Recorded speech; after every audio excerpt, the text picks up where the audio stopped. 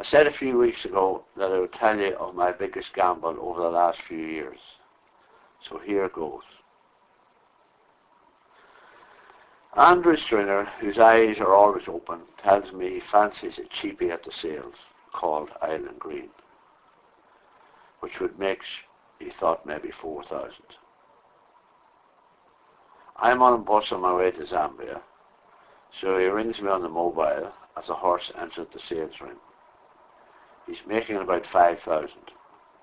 Mind you, that was more than we thought. But I said, give 5.5, and that's it. We got him for the 5,500, and he turned out my best bloodstock investment for a long time. The date was October 04. I didn't see him until I came home from Zambia, and what I saw I wasn't impressed. He was only a pony, and didn't appear to be sound.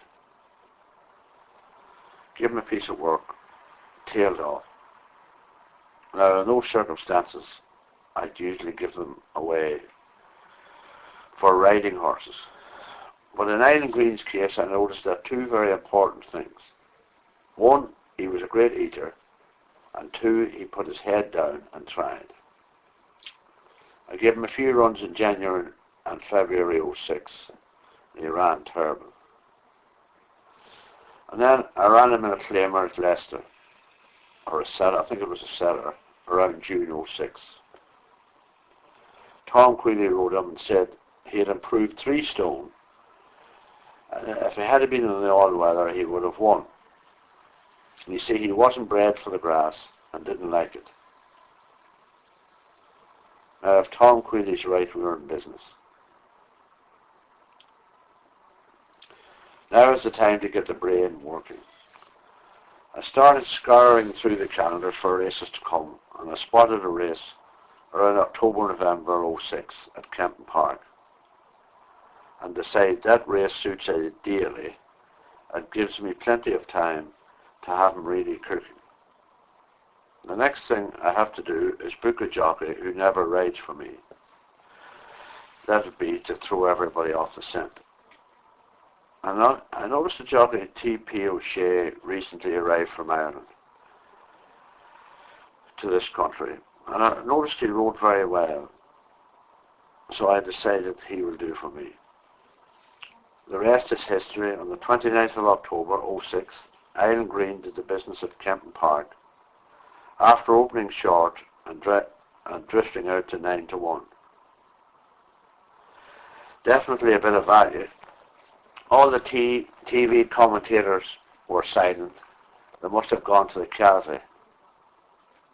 He came home lame, but I didn't worry, as I had a race spotted around the Cheltenham Festival. I worked him around Southern about the first day in March. I worked him on his own. Tom Queally rode him. He'll do for me, says Tom. I came back in the box thinking, what a money spinner we have here. Entered him in a claimer on the 13th of March, where he would have been wrong at the weights. I can hear all the know-alls saying, this will not be fancy today. He's wrong at the weights. It was Champion Hurdle Day at Cheltenham. But my ship sailed in at Southern 7-1. That'll do for me. You have to think ahead in this game. It was a claimer, and he could be claimed for 5,000, which looked very cheap if you didn't know his problems. I decided not to put in a claim, as I had one last plan for my little diamond. He was 51 on to be claimed. He looked a real bargain at 5,000.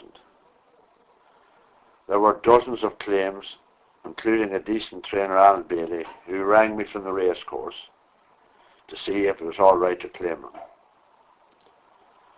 Eventually a trainer, who I don't know, called Carr, got the horse in the ballot. Now things get serious. I knew the horse would not stay sound for long, and there was a race in 9 days' time back at Southern. Would he enter him? Oh, it was a bit of a nightmare. but he did enter him in the race. And I knew I was nailed on to do the three-timer. If it had been running in my name, it would have been evens. Prices starting at 9 to 2 in the morning were the icing on the cake for me. He trotted up. No big headlines, no waves created, money in the bank, job done. They say guessing Barney Curley would put you in the workhouse. Those people could be right. Thought for the week.